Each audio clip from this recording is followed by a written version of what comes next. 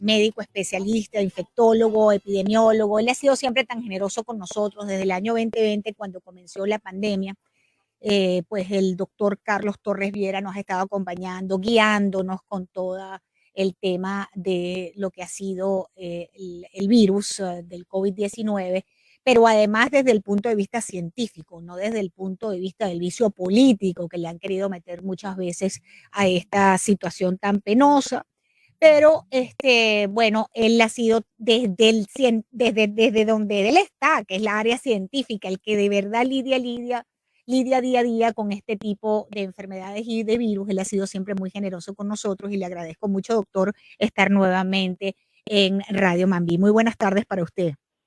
Buenas tardes para ti y buenas tardes para tus oyentes. Un placer siempre estar contigo hablando. Gracias, doctor. Fíjese que no sé si recuerda que hace unos días, unas semanas, estábamos conversando sobre el virus del VIH y usted nos decía que afortunadamente con el paso de los años se ha ido desarrollando todo un tratamiento que hoy sus pacientes con VIH se morirán de un catarro o de cualquier otra cosa, pero nunca del VIH, ¿no? O por la complicación por el SIDA. Es así, ¿no? Correcto. Es así, sí, es así. Es así. Entonces, uno dice, bueno, que fíjese qué maravilla, porque si hay una enfermedad que nos ha arrancado a gente valiosísima, queridísima, talentosísima, ha sido precisamente el VIH.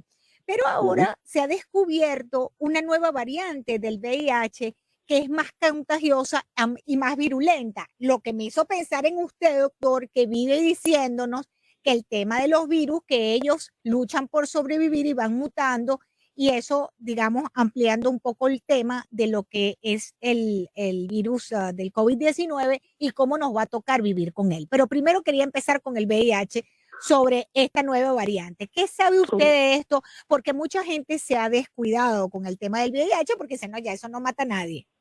Correcto. Mira, bueno, sí, esa información que tú estás diciendo es correcta. Nuevamente, volvemos al tema con los virus y con las bacterias en general y con los agentes infecciosos. Los agentes infecciosos están ahí, los agentes infecciosos mutan frecuentemente y los virus particularmente. El virus de VIH, recordemos que es un virus que se reproduce enormemente, muy rápidamente. Un individuo que no está tratado, el virus se reproduce a una velocidad bárbara y cuando hace esa reproducción comete errores en su material genético, que son errores aleatorios. Él está tratando de, como si usted estuviera tratando de copiar un libro sobre otro para hacer una copia y comete errores autográficos. Bueno, igualmente él hace errores en su material genético. Algunos de esos errores se expresan y otros no.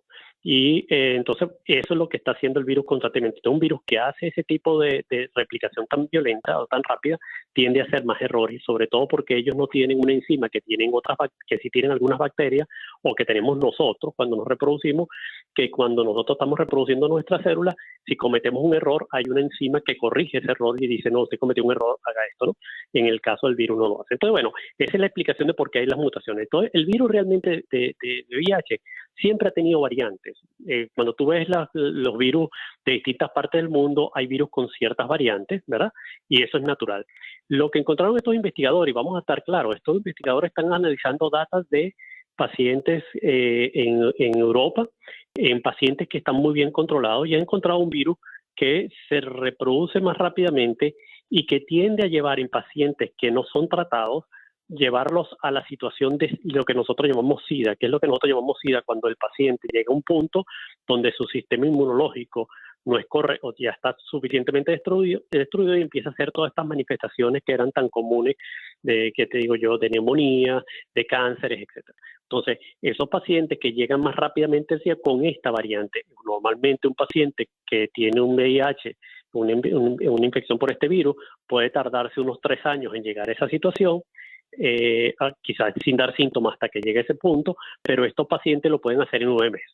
Entonces el virus se replica más y es un poco más agresivo.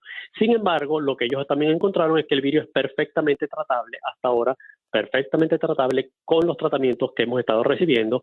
Y entonces, cuando ellos miran hacia atrás, se dan cuenta de que esa variante surgió ya en 1990. O sea, tiene tiempo andando en números muy bajos. Entonces, bueno, mira, es esas cosas que nosotros en medicina decimos, lo que hay es que estar atentos, es que estar haciendo justamente estos estudios, pero que esa información es interesante, es bueno conocerla, es bueno saber que hay una variante que puede ir más rápido que otra, y hasta ahora lo bueno es, esa variante también es tratable con los medicamentos que estamos utilizando para el VIH, entonces no debería ser preocupación en pacientes que están siendo tratados. Ahora fíjese, doctor, que yo lo escucho, ¿no? Y me pongo a pensar sobre eso y recordemos que aquí durante la pandemia se ha desarrollado una suerte de leyenda urbana que nos decía que los virus están destinados a perder su malignidad con el paso del tiempo y esto probaría que no es cierto, ¿correcto?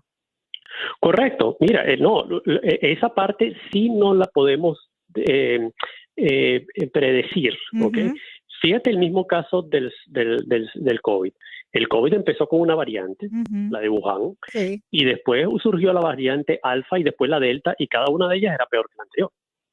Es decir, la variante delta, que fue la que nos causó el brote en el verano pasado, era una variante mucho más transmisible y mucho más agresiva. Que la original. Exacto, que la original. Y estamos hablando del mismo virus. O sea, que el virus se estaba moviendo más bien hacia ser más agresiva. Ahora resultó que esta nueva variante, que es la Omicron, en cambio, es una variante más transmisible, que evade el sistema inmune mejor que la delta, pero que por esas cuestiones de las mutaciones resultó ser menos agresiva que las variantes anteriores. No quiero decir que no pueda causar muerte, no quiero decir que no pueda causar enfermedad severa. Cuando estamos diciendo menos, quiere decir comparativamente, no es que es una papita, ¿no? Sino que claro. pero es menos que la anterior. ¿Y por qué es menos que la anterior? Porque algunas de esas mutaciones, por alguna razón, pareciera que han hecho que este virus tenga predilección por las células que están en las vías respiratorias superiores y no tanto en el pulmón. Entonces, eso es producto de las mutaciones. Ahora, predecir que eso va a seguir pasando o predecir que la próxima va a ser incluso menos agresiva, no lo podemos saber, y por eso es que es tan difícil decir de forma pronóstica, mira, esto se acabó completamente. Sugiere que por muchas razones en los Estados Unidos y en el mundo, y sobre todo Europa, pero también Estados Unidos y Canadá, etcétera, estamos yendo hacia una enfermedad que es más controlable, hacia una población que tiene más inmunidad, sea porque ha tenido vacunas o sea porque ha tenido enfermedad, hacia un virus que se transmite más, pero que nuevamente hasta ahora es menos, esta vez es menos agresivo. Entonces luce que las cosas van en buen camino. Pero decirte que dentro de 6 meses no vamos a tener una variante que pudiera ser un poco más agresiva, nadie lo puede afirmar con 100% de certeza. Entonces, esa es la incertidumbre que queda y que, bueno, uno tiene que vivir atento a esa incertidumbre.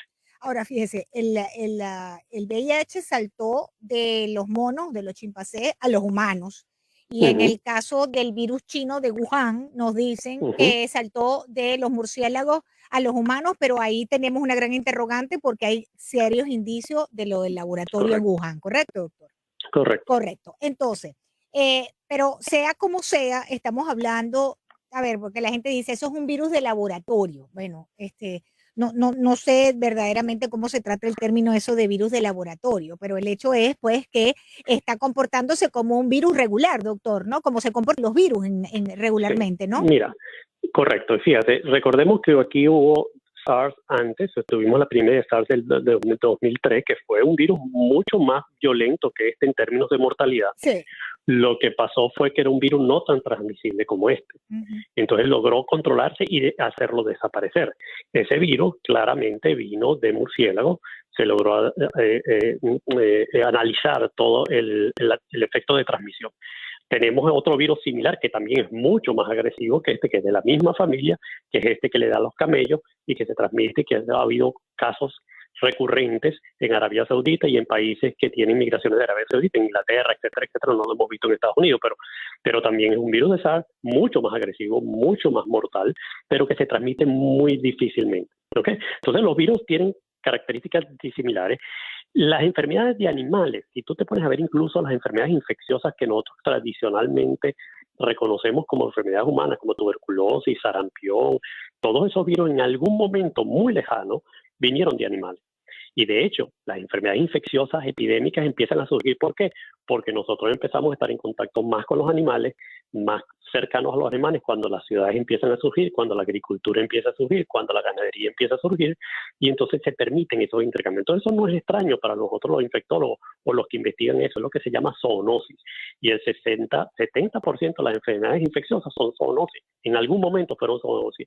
El sarampión fue una enfermedad, un virus que originalmente era de animales, se transmitió al hombre y luego ahora se transmite básicamente en el hombre, ¿verdad? Entonces, la única enfermedad, fíjate lo que son las cosas, entonces, eliminar esas enfermedades que son transmisibles a través de animales, porque fueron origen animal, es muy difícil, porque el animal, ¿cómo controlas tú el animal? Claro, ¿verdad? Entonces, claro. pero enfermedades como la viruela, que si la logramos eliminar, fue una enfermedad que probablemente surgió en algún animal y se transmitió al hombre. Después se transmitió, ese virus en particular era nada más adaptado al hombre, no se transmitía entre animales. Entonces, una vez que logramos controlar la transmisión, ¿con qué? Con vacuna en el hombre, eliminamos la enfermedad completamente del mundo. Es la única enfermedad que ha sido eliminada, infecciosa, que ha sido eliminada hasta ahora de humanos. Hay otra de animales, pero de humanos. Sí. Entonces, lo que te quiero decir es, no es incomún. Ahora, cuando la gente dice, es de laboratorio, no es de laboratorio, puede decir dos cosas. Una cosa es, el virus no es creado en el laboratorio. El virus es, o sea, en mi opinión y en la data que yo creo que existe es, no, el virus no fue creado en el laboratorio.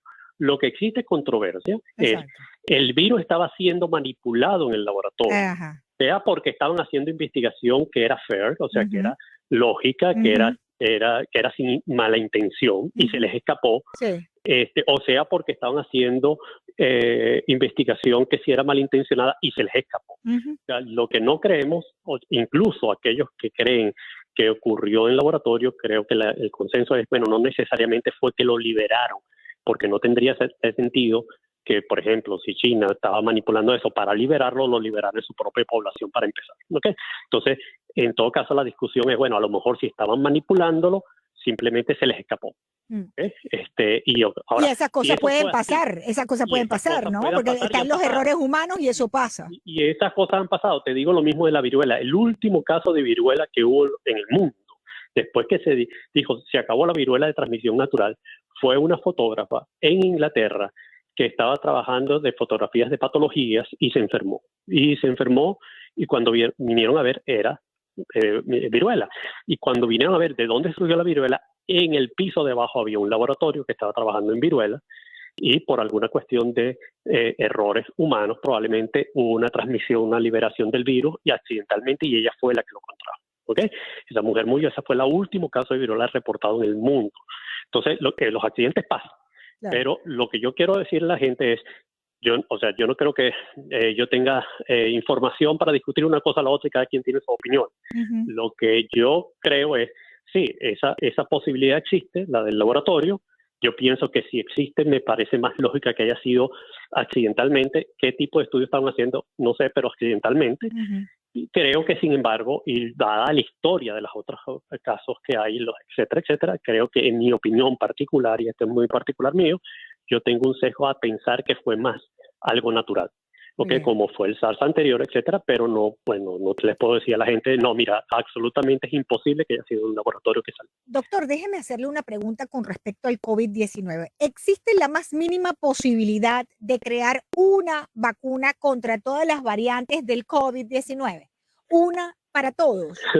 Mira, yo creo que uno en medicina no puede decir que no se puede lograr. Pero las cosas no son siempre tan fáciles como uno cree. Fíjate que nosotros tenemos años tratando de buscar una vacuna para el SIDA. ¿Okay? Sí. Tenemos muchísimos años tratando de buscar una vacuna más eficiente para la influenza, es decir, una vacuna que efectivamente trabaje para todas las cepas de influenza, que sería lo ideal, que tú tengas una que funcione para todas las cepas, entonces no tienes que estar cambiándola cada año. Y no lo hemos logrado. Entonces, eso lo que te dice es, a veces, resolver ese problema biológico no es tan fácil. Entonces, yo pienso que, o sea, si tú me lo preguntas como ejercicio de imaginación, yo creo que el hombre, o sea, el humano ha demostrado ser capaz de cualquier cosa. Yo creo que en el futuro lo tendremos. Ahora, que tú me digas que eso es un futuro cercano, no te podría decir, no lo creo en el próximo año, 2 años, a lo mejor me equivoco. Pero lo que quiero decir es, a veces la gente cree que es porque hay falta de interés en este tipo de cosas y a veces no, a veces que el proceso biológico y el conocimiento humano de la ciencia en ese aspecto todavía no es lo suficiente para resolver ese problema biológico que se nos da, que es el caso del, por ejemplo, del VIH, que se ha invertido enormemente y fíjate cómo ¿Y por qué lleva no se ha podido, y por qué no se ha podido conseguir la virus contra el VIH? ¿Por qué todavía no se ha podido? Porque el virus tiene ciertas características biológicas con estas mutaciones, etcétera, que lo hacen mucho más difícil el tratamiento. Es un virus que se interna en la célula, es un virus que evade en cierto modo el sistema inmunológico. Entonces, no es fácil eliminarlo una vez que el virus entra, ¿me explico? Y no es fácil crear. Fíjate, tratamientos con malaria, por ejemplo, que hay vacunas también que se han estado trabajando muchísimos años por malaria. Y es una enfermedad muy particular con un parásito que cambia de estructura, etcétera. O sea, cada organismo es diferente, cada organismo responde diferente, el sistema inmunológico reacciona de manera diferente dependiendo del organismo y entonces no es tan fácil el crear vacunas. Por eso una de las cosas que se cree, este sistema nuevo de, por ejemplo, de mensajero, de la vacuna de Pfizer, el modelo ha sido un modelo que podría ser muy aplicable quizás a otras enfermedades también, a otros virus, etcétera. Entonces, probablemente van a empezar a experimentarse en otros virus también. Pero lo que quiero decir es, no es tan fácil como la gente cree todo el tiempo. Lo mismo pasa, por eso ha pasado con el cáncer. El cáncer hemos mejorado muchísimo, pero todavía tenemos cáncer. Son problemas biológicos que no son de tan fácil resolución, que no es simplemente poner dinero. Conocimiento es lo que uno piensa que pudiera funcionar, a veces no funciona. El sistema inmunológico no se estimula de la manera que uno lo quiere estimular, o es mucho más complejo la respuesta inmunológica y por eso la vacuna no funciona, etcétera, etcétera. En el caso de la influenza ha sido la parte más inmunogénica que nosotros encontramos, esas estructuras a las cuales está destinada la vacuna, pero esas son estructuras que mutan demasiado. Entonces la pregunta es, ¿podemos dirigirlas a otras estructuras? Hasta ahora no hemos logrado identificar esa estructura más persistente que nos permita una respuesta inmunológica adecuada, porque tú puedes identificar una parte del virus que es más persistente, pero no hace una respuesta inmunológica adecuada, no estimula el sistema inmunológico de una manera adecuada, entonces no tiene sentido como vacuna, ¿me entiendes? Entonces, ese es el problema con la vacuna. Estamos conversando con el médico infectólogo y epidemiólogo Carlos Torres Viera. ¿Cómo está usted allí en el hospital con el tema del COVID? ¿Ha bajado? ¿Cómo está la situación? Y además, ¿cuál recomendaciones que me preguntan los oyentes, recomendaciones con el tema del VIH ante esta nueva variante más agresiva, además de agresiva, más virulenta, más contagiosa, ¿no? Mira, te digo dos cosas. Uno, con respecto a esa nueva variante del VIH, básicamente las recomendaciones no cambian de lo que hemos dicho. La realidad es que los pacientes, sobre todo aquellos pacientes que están en riesgo, deben evaluarse para la posibilidad de VIH. Si están positivos para VIH deben ser tratados. El tratamiento es relativamente sencillo, el tratamiento es muy efectivo, con muy pocos efectos adversos, si es que tiene efectos adversos. O sea, realmente el tratamiento ahorita es una diferencia enorme con lo que acostumbramos a tener, te digo, 20 años atrás. Correcto. Pero lo que hay que entender, la gente tiene que entender es que sí, hay VIH en todo el mundo, fundamentalmente de transmisión sexual o por contacto con sangre, pacientes que usan drogas endovenosas o contacto con sangre, etcétera. ¿Sigue siendo una enfermedad el VIH más relacionada a la comunidad homosexual, doctor, o ya no? No, o sea, obviamente sí, personas que tienen sexo, hombres que tienen sexo con hombres, sí, pero no, hay mucha enfermedad heterosexual, yo no diría, ahorita cualquiera. No, mira, como al principio, yo te diría, recuerda, como digo, exacto, yo como digo a la gente, dice, mire, a menos que usted no tenga actividad sexual en absoluto, usted está en riesgo de VIH. Porque además usted sabe lo que usted sabe, pero usted no sabe lo que los demás están haciendo, incluyendo las personas con las que usted está. Correcto. Entonces, correcto. Si usted tiene actividad sexual, no sea que mire que usted está en riesgo. Entonces, no, yo no diría que ahorita es una enfermedad que es de los pacientes, de las personas con cierta orientación sexual, no, nada de eso, ¿no? Obviamente hay grupos que ya no están a riesgo como estaban antes, por ejemplo, los pacientes hemofílicos estuvieron a riesgo cuando empezó la enfermedad, pero ahora que recibimos el diagnóstico, etcétera, entonces se hacen las pruebas y entonces no han desaparecido. Ese grupo no es factor de riesgo ahora. Pero en términos generales, lo que la gente tiene que entender, la enfermedad está ahí, usted lo ha oído menos porque está mejor controlada, usted lo ha oído menos porque nos hemos cansado de oír, ¿ok? Y entonces uno apaga esa alarma, ¿me entiendes? Entonces no cree que no existe ya, pero la enfermedad está ahí. La enfermedad, a pesar de que es tratable, produce, para serte sincero, en el que la tiene cierta angustia. Claro. Todavía se ve un estigma importante, a pesar de que hemos mejorado mucho entre familias y eso, con pacientes que prefieren ocultarlo, etcétera, porque el estigma existe ahí. Entonces, es una enfermedad que obviamente, nuevamente, como todas las enfermedades infecciosas, es mejor prevenirlas que tratarlas, pero que si acaso ocurre, es perfectamente tratable. ¿Cómo estamos con el COVID? ¿Cómo estamos con el COVID, doctor? Me quedan 3 minuticos. Mira, en el caso del COVID estamos bajando, los casos están bajando, las hospitalizaciones están bajando, está bajando relativamente rápido. Pero bueno, yo creo que estamos en mejor condición, las recomendaciones son las mismas de siempre otra vez. Yo creo que esto va a haber, yo creo que como está viendo Europa, las cosas van a ir mejorando, las cosas se van a ir abriendo. Lo que hay que entender es que sigue habiendo mucho COVID, que hay gente que está en riesgo, que hay gente que no está vacunada sigue estando a mayor riesgo que el que está vacunado de sufrir una enfermedad severa, que la recomendación sigue siendo vacunarse, que esto no va a desaparecer. Y que tenemos que aprender a vivir con los virus, ¿no? En cierto modo, nos vamos a relajar, vamos a tener una actividad social mucho más regular, pero va a estar ocurriendo, va a haber muertes relacionadas con la enfermedad y no va a desaparecer como pasó con el otro SARS, sino que probablemente va a estar en circulación con subidas y bajadas, y hay que estar tanto en las subidas para cuidarse un poco más. Cuando estemos en la bajada podemos relajarnos un poco más y así iremos hasta que nos estabilicemos.